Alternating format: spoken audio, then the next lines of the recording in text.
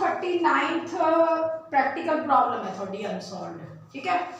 ਇਹਦੇ ਚ ਕੀ ਦਿੱਤਾ ਹੋਇਆ ਹੁਣ ਤੁਸੀਂ ਇਹ ਕੁਐਸਚਨ मैं ਇਹ स्टेटमेंट नहीं लिखी बेटा, ਤੁਸੀਂ ਇਹ क्वेश्चन ਕਰਨ ਤੋਂ ਪਹਿਲਾਂ ਮੇਰੀ ਵੀਡੀਓ ਸੁਣਨ ਤੋਂ ਪਹਿਲਾਂ ਆਪਣੀ ਬੁੱਕ ਦੀ 39th क्वेश्चन ਜਿਹੜਾ ਹੈਗਾ ਅਨਸॉल्वड ਇਹਨੂੰ ਓਪਨ ਕਰ ਲਿਓ, स्टेटमेंट ਉੱਥੋਂ ਚੱਕਣੀ ਤੁਸੀਂ, ਠੀਕ ਹੈ। ਇਹਦੇ ਵਿੱਚ ਕੀ ਦਿੱਤਾ ਹੋਇਆ ਤੁਹਾਨੂੰ, ਇਹਦੇ ਵਿੱਚ ਰਿਸਿਪਟ ਐਂਡ ਪੇਮੈਂਟ ਅਕਾਊਂਟ ਦਿੱਤਾ ਹੋਇਆ ਬੇਟਾ cultural society for the year ended 31 मार्च 2017 का। इन्होंने की कहा है, इन्होंने सानू इनकम एंड एक्सपेंडिचर अकाउंट बनाने को कहा है। हुण थानू इस क्वेश्चन से तुसी अगर यदि स्टेटमेंट तो जिथे इन्होंने एंट्रियां पाई उस तो नीचे की लिखा हुआ है एसेट, ये ओपनिंग बैलेंस शीट का डाटा दिता हुआ है। जिहड़े तुसी पिछले क्वेश्चन करे हो एवें नहीं सीगा ना, हुण एक स्टैप तुसी अगे चलना है, ठीक है। Asset on 31/16 opening balance sheet आ गई है। फर्नीचर हालो जी आप की है ओपनिंग बैलेंस शीट है। हो सकता है बेटा कि डिजिट थानू प्रॉपर ना दिख रहे हो, लेकिन मैं बोलता रही है ना, उत्थों तुसी अपनी नाल थोड़ा जा फोकस करके कर लिया करो। ओपनिंग बैलेंस शीट दे विच आ साडी ओपनिंग बैलेंस दस दनी आ ओपनिंग बैलेंस शीट है, आ क्लोजिंग बैलेंस शीट बनाई है। ये बड़ा बोर्ड अपने को नहीं हैगा, पैसे नु यूज करना है ते आ आपने इनकम एंड एक्सपेंडिचर अकाउंट बनाया हुआ है, ठीक है। हुण आ ओपनिंग बैलेंस शीट दी फिगर आपने पाई है। सानू फर्नीचर कितना दिता है 17500 आ लिख लिया, बिल्डिंग कितनी दिती हुई है 80000 आ लिख लिया, लाइब्रेरी बुक्स कितना दिता है साडा 12000, इन्वेस्टमेंट कितनी दिती हुई है 5000, कैश बीडी स्टेटमेंट की पहली ही रिसिप्ट वाली साइड बीडी पे आपने इत्थे कैश लिख लिया 10000 उतो चक लिया, कितना बन गया 1,24,500। यही साडा की बन गया लायबिलिटी साइड आपने कैपिटल फंड बना लिया, बैलेंसिंग फिगर 1,24,500 हो गया है ओपनिंग बैलेंस। हुण जेड़ा कैपिटल फंड हुंदा है इस नु आपां क्लोजिंग बैलेंस शीट दे विच लायबिलिटी साइड पा दिंदे हुंदे हैगे, है ना, ठीक है। हुण आपने मतलब की है जेड़ा साडा कैपिटल फंड हुंदा आपां की करदे आ क्लोजिंग बैलेंस शीट दे विच उस नु आपां लायबिलिटी साइड पा दिंदे, ठीक है। हुण आपने रिसिप्ट एंड पेमेंट अकाउंट दे विचों स्टेटमेंट हुण आपां लैके चलनी है। पेमेंट नूं सारियां नूं कित्थे पाना एक्सपेंडिचर वाली साइड पाना आपने, ठीक है। पेमेंट्स नूं कित्थे पाना एक्सपेंडिचर वाली साइड पाना है। सब तो पहला की हो गया टू पे एंड अलाउंस, स्टेटमेंट अपनी बुक दे विच नाल देखी जाए। टू पे एंड अलाउंस कितना है 32,250, ठीक है। उस तो बाद है by printing and stationery, by printing and stationery कोई यदि एडजस्टमेंट नहीं है 3120 आपने इत्थे रख लिया। बाय लाइब्रेरी बुक्स, ठीक है। हुण पुरानियां लाइब्रेरी बुक्स कितनी सी साडे कोल 12000, है ना। पुरानियां लाइब्रेरी बुक्स कितने दी गईयां सी आपने जेहड़ियां आपने ओपनिंग बैलेंस शीट दे विच एसेट वाली साइड पाईयां सी 12000। हुण नवीं लाइब्रेरी बुक्स आपां कितने दी खरीदियां 2300 रुपए दियां। आ देखो लाइब्रेरी बुक्स पुरानियां कितनी है, ये की है ये है क्लोजिंग बैलेंस शीट एसेट वाली साइड पा रहे हैं आपां। पुरानियां लाइब्रेरी बुक्स कितने दियां 12000 दियां, ऐड की कर लियां जेहड़ियां नवीं परचेज करियां 2300 दियां 14300 बन गया। नाल इहने नीचे होर लिखा होया है कि डेप्रीसीएशन जेहड़ी हैगी है ओह लाइब्रेरी बुक्स दी 20% है। हुण इन्हां नूं जोड़ के कितना बन गया 14300, लैस की कर ली डेप्रीसीएशन 14300 दा 20% कट लिया। किवें कटदे होने 14300 गुणा 20/100 कितना आ गया 2860, कितना आ गया है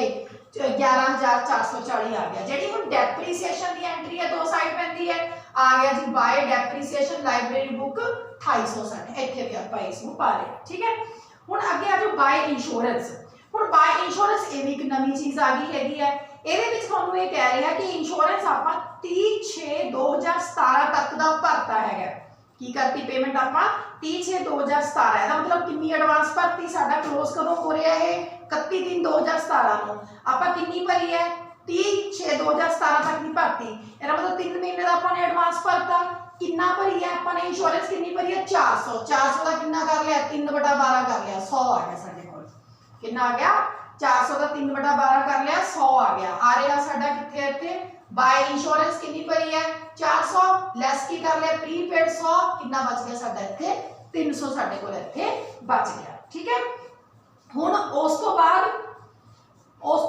आ देखो आ इत्थे आपां इहदी एंट्री पाउणी हैगी है क्लोजिंग बैलेंस शीट दे विच पाउणी है। प्रीपेड इंश्योरेंस कितना हैगा 100, प्रीपेड इंश्योरेंस कितना 100 आपां वैल्यू कड्ढी है 100 आ गया। हुण उस तो बाद बाय कंप्यूटर आइटम्स कितने अपनिया बाय कंप्यूटर आइटम्स जड़ियां है कंप्यूटर एक्सपेंसिस कितने 240 क्योंकि इन्हां दी कोई एडजस्टमेंट नहीं है इस तरह ही ला लिया इन्हां आपां ने ठीक है कंप्यूटर आइटम्स नो इस तरह ही आपां ने लगा लिया बाय रिपेयर टू रिपेयर आ गया 990 एज इट इज रख लिया क्योंकि ये कोई नहीं अगर जो बाय बिल्डिंग एडिशंस कितना 2350 पुरानी बिल्डिंग कितनी पई साडे कोल 80000 दी आ लो जी क्लोजिंग बैलेंस शीट च आ जाओ बिल्डिंग 80000 ठीक है नवी कितनी लई है ऐड कर ली 2350 डेप्रीसिएशन बिल्डिंग का कितना है 5% हुण आपां 80000 च 2350 जोड़िया 82350 बन गया 82350 गुणा 5/100 4118 माइनस करके साडे कोल कितना आ गया 78232 आ गया हुण जेहड़ी ये डेप्रीसिएशन बिल्डिंग दी है ये आपां ने इत्थे भी पाउणी हैगी है बिल्डिंग डेप्रीसिएशन कितना हो गया 4118 हाँ बिल्डिंग एडिशन आप इतने भी यदि डेप्रीसिएशन जी वैल्यू है 4118 पा ली क्योंकि डेप्रीसिएशन की एंट्री आप दो जगह पाते हैं हुण अगे आ गया बेटा बाय ऑफिस एक्सपेंसिस बाय जेड़ा हैगा टू ऑफिस एक्सपेंसिस कितना आ गया इतने 3000 है क्योंकि एडजस्टमेंट नहीं हैगी है ये आप सीधा इसको पुट कर लिया ठीक है हुण तुसी ये चीज ध्यान च रखनी है बाय बैलेंस सीडी एक इतने आऊगा कैश इन हैंड 16000 ये तो आऊगा ही आऊगा तुहानू पता है क्लोजिंग बैलेंस शीट से एसेट साइड आऊगा हुण जिहड़ी एक मेन गल इस क्वेश्चन च तुसीं ध्यान च रखनी है जिहड़ी साडे कोल ओपनिंग बैलेंस शीट दे विच एसेट साइड सारियां टर्म सीगियां जिहड़ियां आपां पुराणियां चक्कीयां क्या वो सारियां दे विच कोई एडिशन होया क्या वो यूज होईयां जिवें देखो कैश है तो आपां ले आई सी फर्नीचर 17500 देखो फर्नीचर ऐड नहीं होया है किते भी अपने कोल उस तो बाद बिल्डिंग है ये आपां ऐड होई है नवी बिल्डिंग बनाई है लाइब्रेरी बुक्स जिहड़ियां हैगियां लाइब्रेरी बुक्स भी आपां खर्च करे ਉਹਦੇ पर भी इन्वेस्टमेंट च कोई खर्च नहीं करना जेडी इन्वेस्टमेंट 5000 रुपया है जेडी इन्वेस्टमेंट 5000 है ਇਹਨੂੰ ਆਪਾਂ क्लोजिंग बैलेंस शीट च एसेट वाली साइड पा लेने आ लो जी इन्वेस्टमेंट 5000 ठीक है फर्नीचर जेड़ा है गया वो 17500 है फर्नीचर कितना है 17500 हुण ਇਹ ਸਾਨੂੰ ਇਹਨਾਂ ਨੇ ਕਿਹਾ ਹੈ फर्नीचर ਦੀ डेप्रीसिएशन कितनी है 15% है क्योंकि फर्नीचर नवा ਤਾਂ ਆਪਾਂ ऐड करिया नहीं हैगा इस करके फर्नीचर 17500 ਲੈਸ की कर ली ਇਹਦੀ 15% डेप्रीसिएशन 2625 कितना आ गया 14875 आ गया हुण जेडी डेप्रीसिएशन 2625 है इधर भी पैनी है फर्नीचर 2625 ਆਪਾਂ ਇੱਥੇ भी इस नु लिखता ठीक है हुण आ जाओ तुसी रसीद वाली साइड ये पेमेंट वाली साइड क्लियर हो गया नहीं होया 10 बार 20 बार 25 बार 50 बार वीडियो सुनो ठीक है ये थोड़े सुने तो समझ आनी है ये तो वधिया तरीके दे नाल तुहानू समझाई नहीं जा सकती है एक क्वेश्चन तुहानू डेली असीं करा रहे हैं भी थोड़े दिमाग च पै जाए हुण आ जाओ रसीद वाली साइड रसीद की च इनकम वाली साइड इन्हां दी एंट्रियां पैणगीਆਂ ठीक है बैलेंस पीडी तो आपां चक लिया सीगा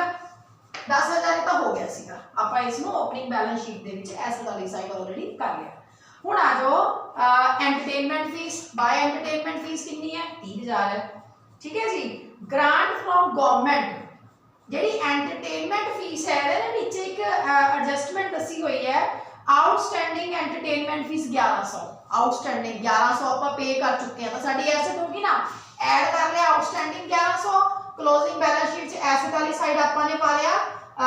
एसेट वाली साइड ਆਪਾਂ ने एंटरटेनमेंट फीस जेडी हैगी है आउटसोर्सिंग एंटरटेनमेंट 1100 क्योंकि साडी एसेट है जेड़ा ਆਪਾਂ पे ऑलरेडी करता एडवांस पे करता वो साडी एसेट है हां हुण देखो आउटस्टैंडिंग एंटरटेनमेंट कितनी है 1100 है आउटस्टैंडिंग एंटरटेनमेंट का मतलब की हुंदा हो सकदा मेरे तो पिछली जेडी लाइन मैं बोली है मेरे तो मिस जेडी स्पीक हो गई होवे आउटस्टैंडिंग एंटरटेनमेंट का मतलब है कि ड्यू है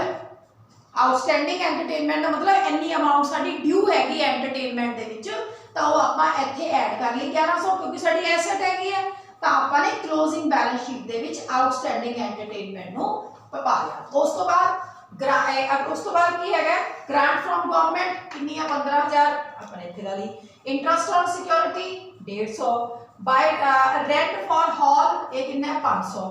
हुण उस तो बाद डोनेशन फॉर स्पोर्ट्स थानू दस्सिया सीगा मैंने कि जेडी डोनेशन कोई स्पेसिफिक पर्पस आपां डोनेशंस करिए सी ना जनरल डोनेशन स्पेसिफिक डोनेशन जेडियां स्पेसिफिक डोनेशंस हुंदियां वो साडी लायबिलिटी हुंदी है ठीक है जनरल साडी एसेट हुंदी है स्पेसिफिक डोनेशन साडी लायबिलिटी हुंदी है इस करके आपां ने क्लोजिंग बैलेंस शीट दे विच जेडी डोनेशंस हैगी है उस नु आपां ने लायबिलिटी साइड पाया 5000 ठीक है आपां ने हाँ तुसी एक गल तुहानू पहला भी दसी है कि जे साडी जर्नल डोनेशन है तो इनकम एंड एक्सपेंडिचर अकाउंट च क्रेडिट साइड पैंदी है ते जिहड़ी स्पेसिफिक हुंदी है वो डेबिट साइड पैंदी है। ठीक है, क्लोजिंग बैलेंस शीट दे विच हुण आपां ने इस तो बाद की करना है, इस तो बाद आपां ने की करना बेटा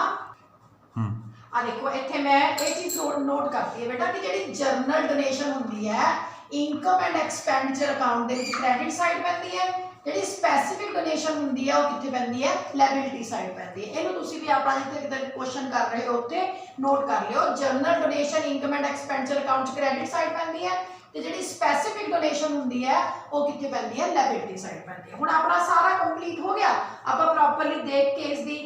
क्लोजिंग बैलेंस शीट भी रख ली, ओपनिंग बैलेंस शीट भी कर ली, एक्सपेंडिचर साइड भी कर लिया, इनकम साइड। हुण आपां देखना डेफिशिएंसी है या सरप्लस है। आपां ये सारे एक्सपेंडिचर जोड़े, आपां ने इधर सारी इनकम ਨੂੰ जोड़िया, देखो देखने में नहीं लग रहा ਤੁਸੀਂ कैलकुलेशन भी करोगे इधर ना ਜਿਹੜਾ एक्सपेंडिचर साइड ज्यादा है इनकम साइड घट है, इस करके साडा ये की हो गया हैगा डेफिशिएंसी हो गई है bye access of expenditure over income. Deficiency कितनी है 2753 रुपए की, क्योंकि डेफिशिएंसी है आपां लायबिलिटी साइड इस ਨੂੰ माइनस करिया 2753 ਤਾਂ ਇਹ ਜਿਹੜੀਆਂ ਵੈਲਿਊਜ਼ ਹੈ ਆਪਸ ਦੇ ਵਿੱਚ ਤੁਸੀਂ ਪਲੱਸ ਕਰੋਗੇ ਮੈਚ ਕਰ ਜਾਣਗੀਆਂ। ਅਗਰ ਕੋਈ ਇਹਦੇ ਵਿੱਚ ਕੋਈ ਪੁਆਇੰਟ ਤੁਸੀਂ ਬਸ ਇਹ ਧਿਆਨ ਰੱਖਣਾ ਸਰਪਲਸ ਹੁੰਦਾ ਤਾਂ ਇੱਥੇ ਆਪਾਂ ਪਲੱਸ ਕਰ ਲੈਂਦੇ, ਡੈਫੀਸ਼ੀਐਂਸੀ ਹੈ ਜੋੜ ਲੈਂਦੇ। ਹੁਣ ਪੁਆਇੰਟ ਜਿਹੜੇ ਇਹਦੇ ਤੁਸੀਂ ਯਾਦ ਰੱਖਣੇ ਆ। ਪਹਿਲਾ ਪੁਆਇੰਟ ਤਾਂ ਇਹ ਹੈ ਕਿ ਇਹਦੇ ਚ ਸਾਨੂੰ ਜਿਹੜਾ ਹੈਗਾ ਓਪਨਿੰਗ बैलेंस शीट ਦੀਆਂ ਵੈਲਿਊਜ਼ ਦਿੱਤੀਆਂ ਹੋਈਆਂ ਸੀਗੀਆਂ। ਓਪਨਿੰਗ मतलब ਦਿੱਤਾ ਹੋਇਆ ਸੀ furniture, building, library book, investment. दूसरी चीज़ ਇਹਦੇ ਵਿੱਚ ਕੀ ਸੀਗੀ ਕਿ ਜਿਵੇਂ ਇੰਸ਼ੋਰੈਂਸ ਹੈ, ਇੰਸ਼ੋਰੈਂਸ ਸਾਨੂੰ ਦੱਸਿਆ ਹੋਇਆ ਵੀ 30/6/2017 ਤੱਕ ਜਿਹੜਾ ਹੈਗਾ ਅਸੀਂ ਆਲਰੇਡੀ पे कर चुके हैं। ठीक है, आप 3 महीने का 400 गुणा 3/12 करके वो वैल्यू कड्ढी कि चीज़ नवी है जो की है। तो इस तो इलावा ਜਿਹੜਾ ਹੈਗਾ एक टर्म जी है भी जिमें डेप्रीसीएशन है आप ये भी देखना है नवी चीज़ है की करी है भी क्या जिन्नियां आइटम्स साडी ओपनिंग बैलेंस शीट हैगियां क्या वो आप उन्होंने यूज़ करे जिथे ਜਿਹੜੀ कोई नहीं करी हैगी है उन्होंने आप एज इट इज पा लिया। जिमें आप लाइब्रेरी